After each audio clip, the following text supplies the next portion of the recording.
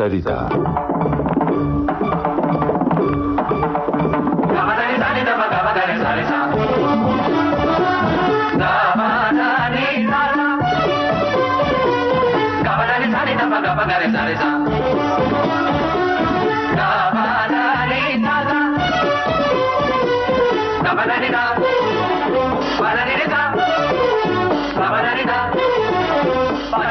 संगीत सरिता कार्यक्रम में आजकल हमारे मेहमान हैं प्रसिद्ध सरोद वादक श्री बुद्धदेव दास गुप्ता। इनसे बातचीत कर रहे हैं प्रसिद्ध सितार वादक श्री अब्दुल हलीम जाफर खां।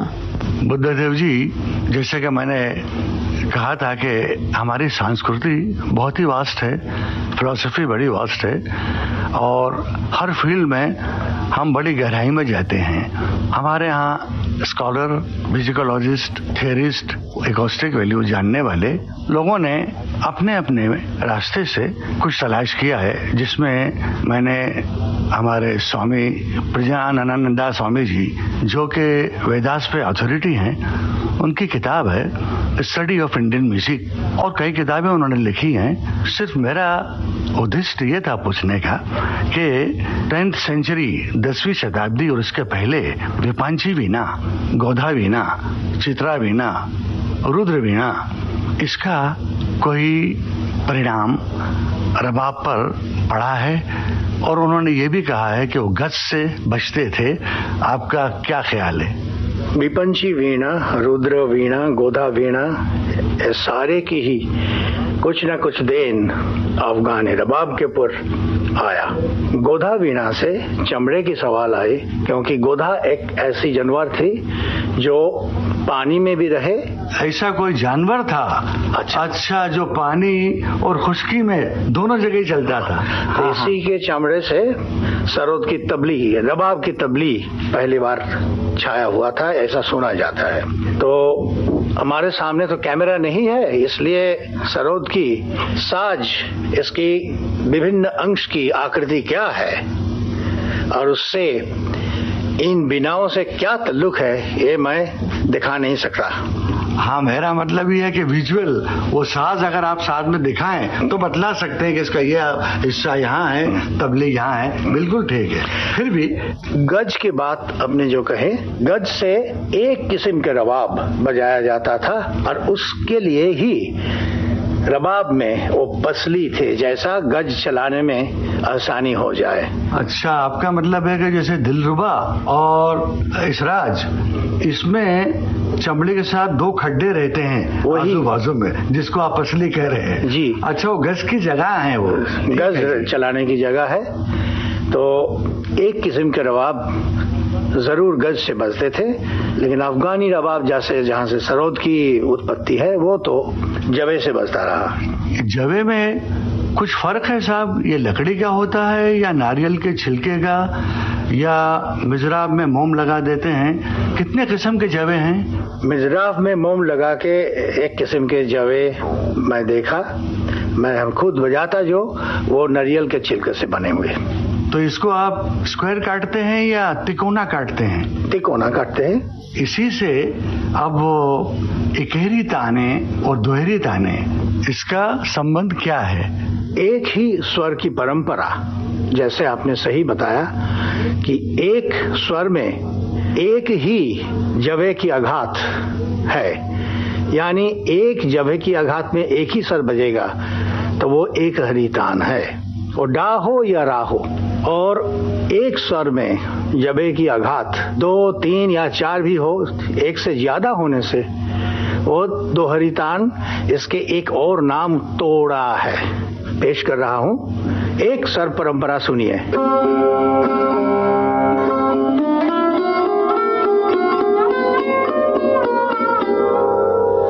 एक स्वर, तो इसमें अगर एक एक स्वर में ज्यादा, एक से ज्यादा तोड़े की जवा की आघात है,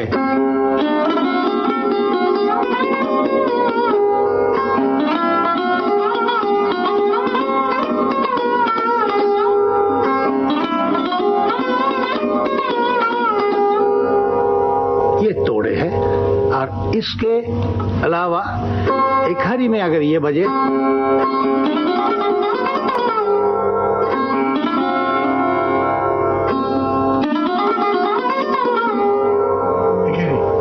एक हरी है।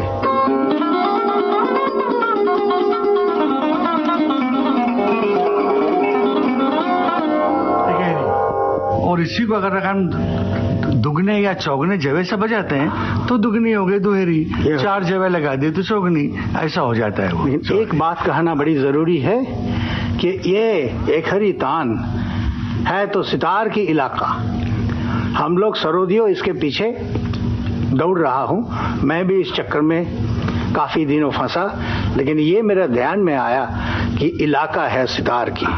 जितना भी तुम कोशिश करो ये सितार जैसा कभी नहीं बजेगा। ऐसा तोड़ा और जवे की काम वो सरोद की इलाका है, वहां दूसरी साज के उतना असर कभी नहीं हो सकता। भाई सितार के जैसा बजेगा तो फिर सरोद की ब्यूटी क्या है? ये सरोद है, इसका अपना अंग है। अब हम आपसे विनती करेंगे कि स्वर मल्हार, जिसको सुर मल्हार भी कहते हैं और बहुत से स्वर मल्हार कहते हैं, इसका एक नमूना आप हमें सुनने का मौका दें। और साथ ही साथ अगर समय हो और आप चाहें तो इसका जरा सा अंग कि ये सामन सारंग से कैसे अलग होता है। समय बहुत कम है, इसलिए मैं सिर्फ समन सारंग की एक झलक जल्दी से कह देता हूं, जैसा हमने सीखा। समन सारंग मान लीजिए कि वृंदावनी सारंग के ऊपर दैवत की प्रयोग में होता है, तो दूसरे दूसरे उस्तादों घराने में कुछ कुछ दूसरे दूसरे ढंग में भी लगता है।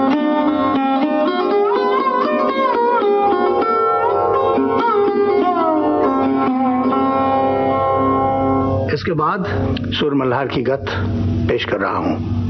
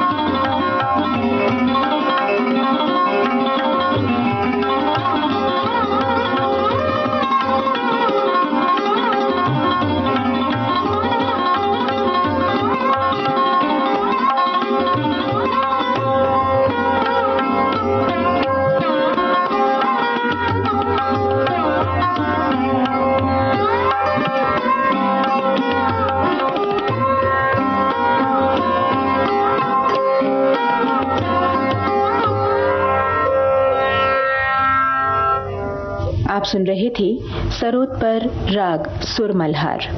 कलाकार थे श्री बुद्धदेव दासगुप्ता। इनके साथ तबले पर संगत की श्री नयन घोष ने। संगीत सरिता कार्यक्रम में प्रसिद्ध सरोद वादक श्री बुद्धदेव दासगुप्ता से बातचीत कर रहे थे प्रसिद्ध सितार वादक जनाब अब्दुल हलीम जाफर खान। विविध भारती के संग्रहालय से प्राप्त इस कार्यक्रम की प्रस्तुतकर्ता छाया गांगुली।